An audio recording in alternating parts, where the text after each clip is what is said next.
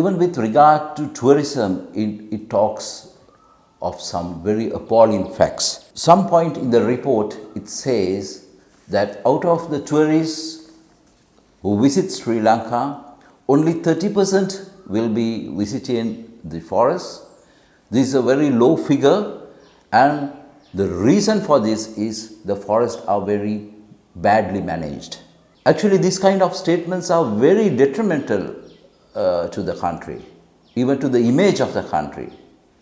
And we should ask from the World Bank, how on earth did you arrive at this kind of inferences?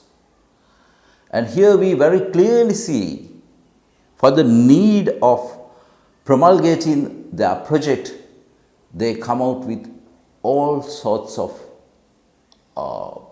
things, all sorts of ideas, some of which could be very wrong. With regard to tourism, the World Bank says in this report that the tourism industry in Sri Lanka is a very closed one. This is bad, and therefore the benefits of tourism don't really trickle down to people on ground. We know this is a fact which is common not only to tourism but to many other things, to the service sector, the production sector, and also to the entire developmental paradigm in this country. And this is a bad situation which needs to be corrected. But anyhow, when you look at the World Bank report, you don't see any proposals which are there to correct this situation. Actually, the most of the proposals that we see in this report would be further worsening the situation. On nature-based tourism in protected areas, for which US $6 million had been allocated, the facilities that have been identified to be either constructed or renovated include visitor service infrastructure such as comfort facilities, park bungalows, campsites, construction of nature trails, wayside interpretation points, observation towers, wildlife hides, canopy walks. Actually, the question that we got to ask is, by developing these things, what would you expect?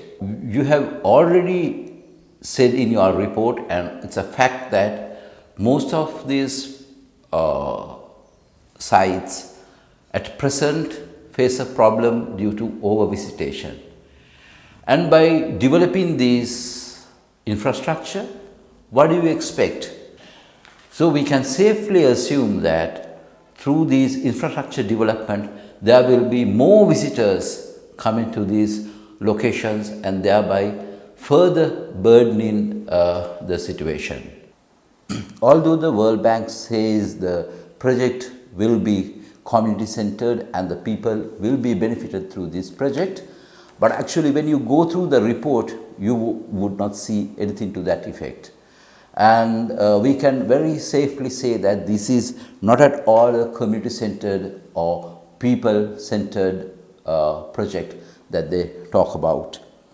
In this report, nowhere it is mentioned how many trackers or how many interpreters that they will be training, or how many community sales centered that would be put up, or even the word homestay comes just once in this report. So we don't see anything with regard to being community oriented in this project.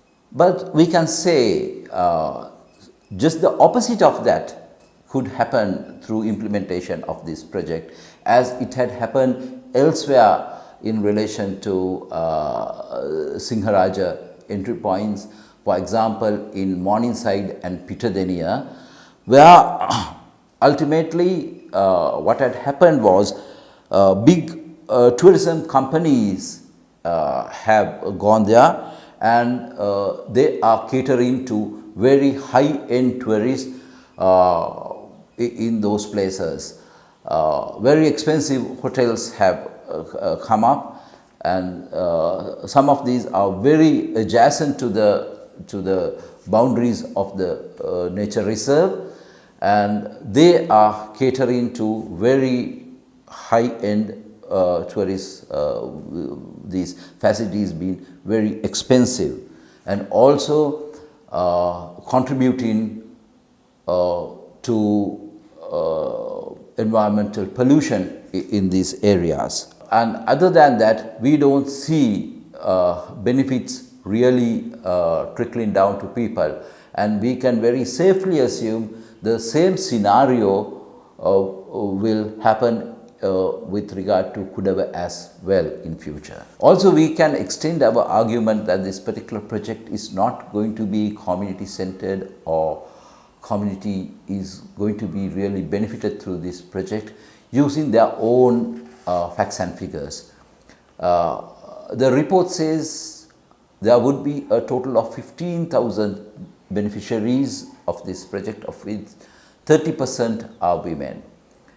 Actually, if this project is really planted on ground, it has to benefit men and women in equal numbers, because community is comprised of men and women in equal numbers.